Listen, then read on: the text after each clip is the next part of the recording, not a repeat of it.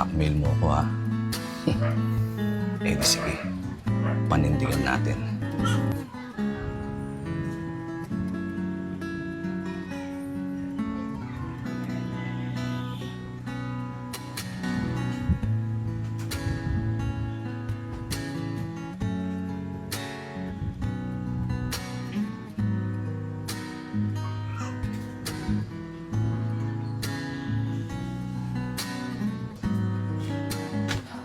Kuya, ano yung ginagawa mo?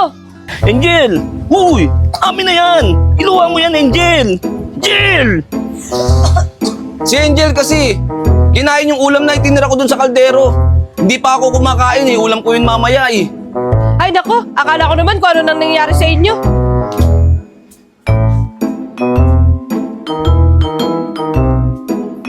Muntik na ako dun ah. Ito kasi, kasalanan mo to. Bakit ako? Tratado!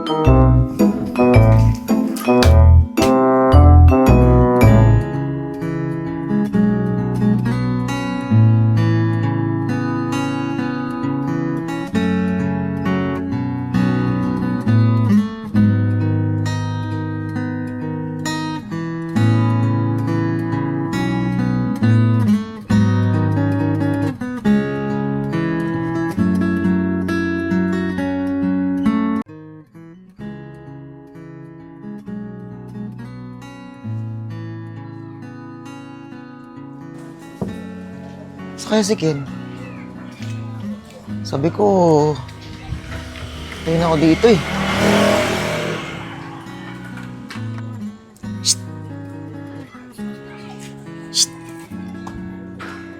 Eman! Shh! Eman! May tumatawag ba sa akin? Eman! Shh! Eman! Oh, Ken! Halika dito! Anong ginagawa mo dyan? Ah, basta! Halika dito! Ano ba kasing meron? Basta! Shh, wala ka. Huwag kang maingay. Baka makita tayo. Tsaka ka na tumayo kapag nakaalis na.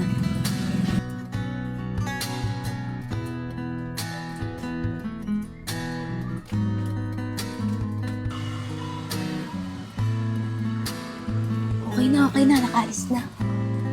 Bakit ba kasi nagtatago ka dun sa best friend mo? Eh, di ba?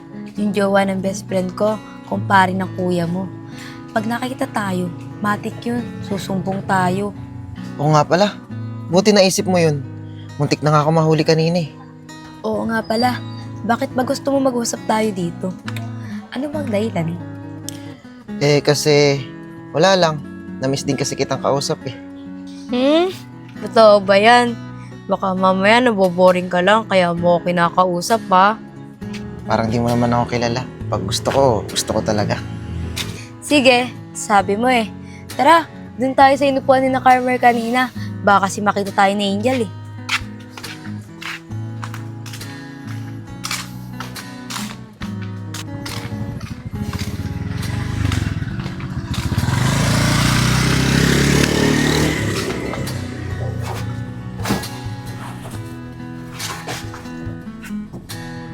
Buti hindi kayo nahanap ni Angel ngayon. Hindi ako hanapin nun. Kasi nung umalis ako sa bahay, tulog sila.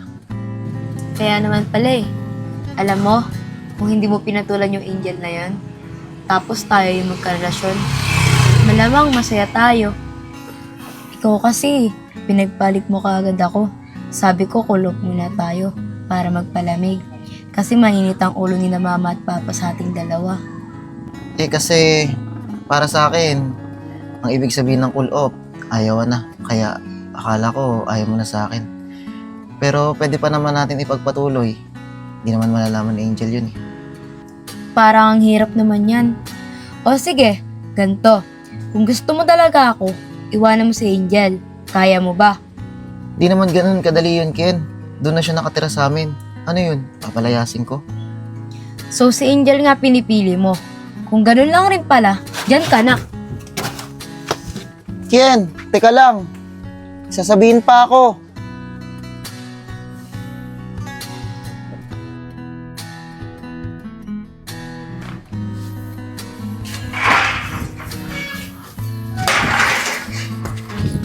Bulag ka ba? Di mo ako nakita? Ang laki-laki ng daan, nabangga mo pa ako? Sir, pasensya na po. Hindi po kasi ako taga dito eh. Hindi ko po kayo napansin. May nahanap lang po kasi akong lugar eh. Baka pwede po magtanong sa inyo. Huwag mo akong kausapin. Wala akong oras sa'yo.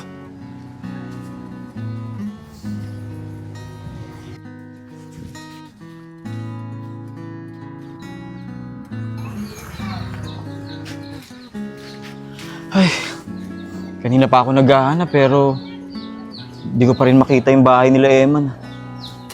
Saan kaya sila dito sa Quezon? Ang hirap talaga pumunta sa isang lugar kung hindi mo alam yung eksaktong address na pupuntahan mo. Kahit saan naman ako magtanong, hindi nila kilala yung Eman at yung Angel. Umuwi na lang kaya ako. Paano kaya ito?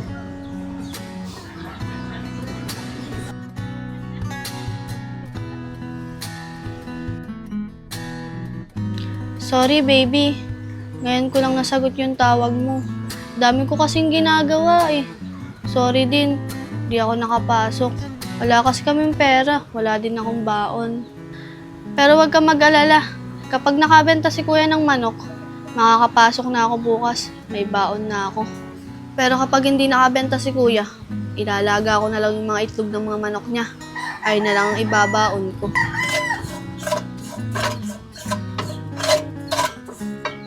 May magic sarap pa ba kami dito? Ano ba yan? Walang laman. Lahat na lang wala dito sa bahay.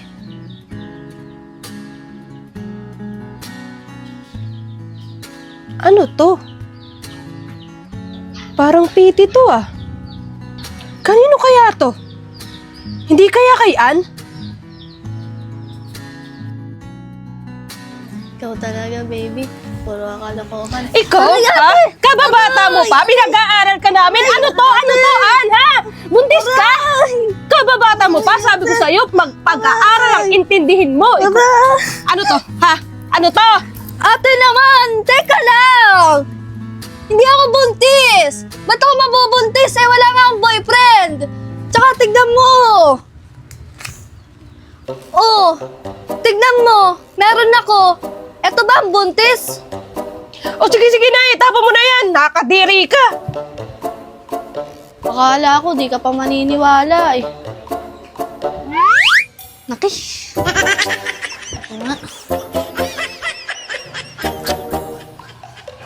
Pwede pa sana ito eh. Kasi si ate.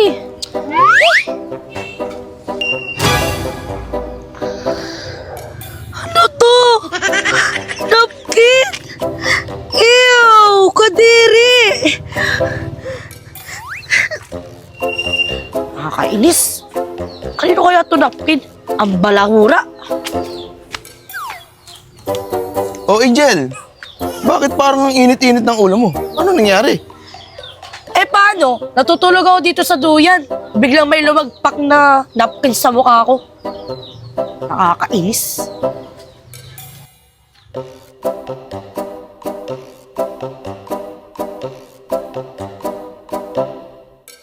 Abay, kanina bang napkin yan? Bakit sa mukha mo na itapon? Aba malay ko, natutulog lang ako dito eh. O siya, hayaan mo na yun. Kaya nga pala ako napunta rito para kamustahin si Eman tsaka si paring Jo. Ano, magaling na ba sila? Ayun, mataas pa rin ang lagnat nila. Ewan ko ba kung ano nangyayari sa dalawang yun. Di na ata gagaling. Eh wag naman. Para namang hindi mo asawa si Eman. Wala ka bang pakialam sa kanya?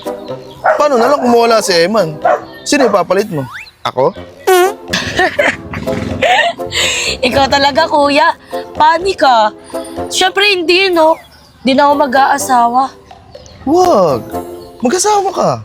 Sayang naman yung ganda mo kung di ka mag-aasawa. Bakit kaya hindi ka tumingin-tingin dyan sa tabi? Baka may mahanap ka pa. Nasaan?